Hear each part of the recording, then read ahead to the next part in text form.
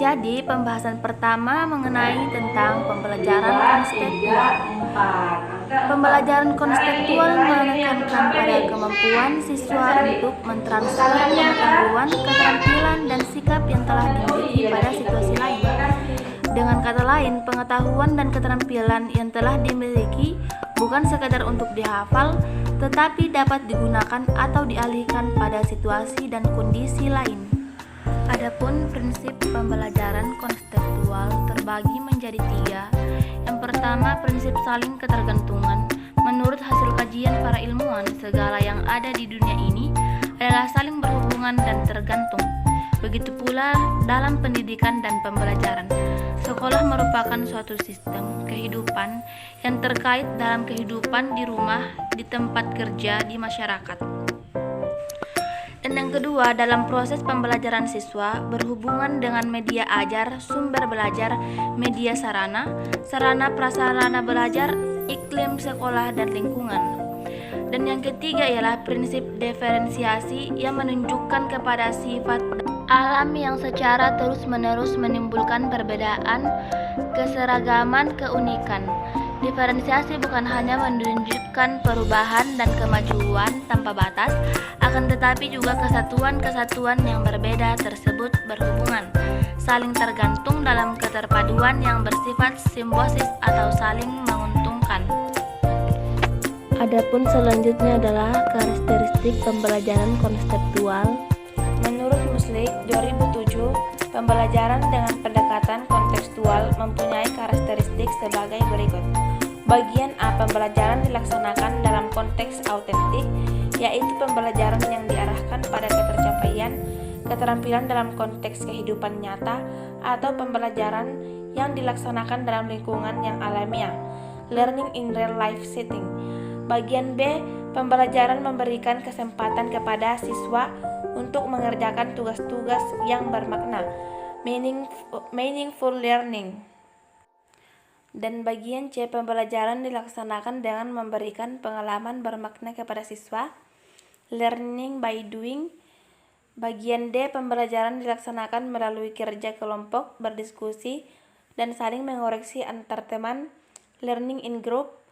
Bagian E, pembelajaran memberikan kesempatan kepada siswa untuk menciptakan rasa kebersamaan, bekerja sama, dan saling memahami antara satu dengan yang lain secara mendalam, learning to know each other deeply.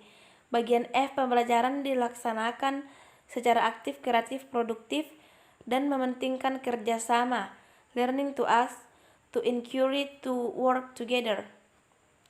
Dan bagian G, pembelajaran dilaksanakan dalam situasi yang menyenangkan, learning as an enjoy activity. Selanjutnya adalah peran guru dalam pembelajaran konstekstual. Ketidakberhasilan siswa dalam mengikuti proses belajar mengajar di sekolah bukan semata-mata kebodohan murid, tetapi hal ini bisa disebabkan karena kurangnya guru dalam memanfaatkan berbagai macam metode atau bahkan kurang mengikuti berbagai macam inovasi model pembelajaran dalam usaha meningkatkan pembelajaran di kelas. Selama ini kita akui atau tidak, pembelajaran kita di kelas 75% menggunakan metode ceramah, penjelajahan materi atau hafalan-hafalan saja dibanding praktek terbukti. Pola ini tidak berhasil karena siswa hanya dibekali kemampuan kognitif saja.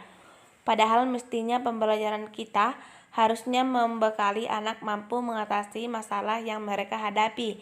Ketika mereka terjun di masyarakat dengan ilmu yang didapat dari sekolah, hendaknya dalam sistem pembelajaran kita menggunakan asas learn to know, belajar untuk mengetahui, learn to do, belajar untuk melakukan, learn to be, belajar untuk memahami diri, atau kata lain dalam pembelajaran hendaknya kita memadukan ability, skill, dan knowledge. Apa saja keuntungan strategi pembelajaran konstekstual PAUD? Jadi, yang pertama adalah memberikan kesempatan pada siswa untuk dapat maju terus sesuai dengan potensi yang dimiliki siswa sehingga siswa dapat terlibat aktif dalam PBM. Siswa dapat berpikir kritis dan kreatif dalam mengumpulkan data, memahami suatu isu dan memecahkan masalah, dan guru dapat lebih kreatif. Dan yang kedua, menyadarkan siswa tentang apa yang mereka pelajari. Ketiga, pemilihan informasi berdasarkan kebutuhan siswa, tidak ditentukan oleh guru. Keempat, pembelajaran lebih menyenangkan dan tidak membosankan. Kelima, membantu siswa bekerja dengan efektif dalam kelompok. Dan yang terakhir ialah terbentuk sikap kerjasama yang baik antar individu maupun kelompok. Mungkin cukup sekian mengenai dari apa yang saya sampaikan tadi. Kurang dan lebihnya mohon dimaafkan. Wabillahi taufiq wal hidayah. Assalamualaikum warahmatullahi wabarakatuh.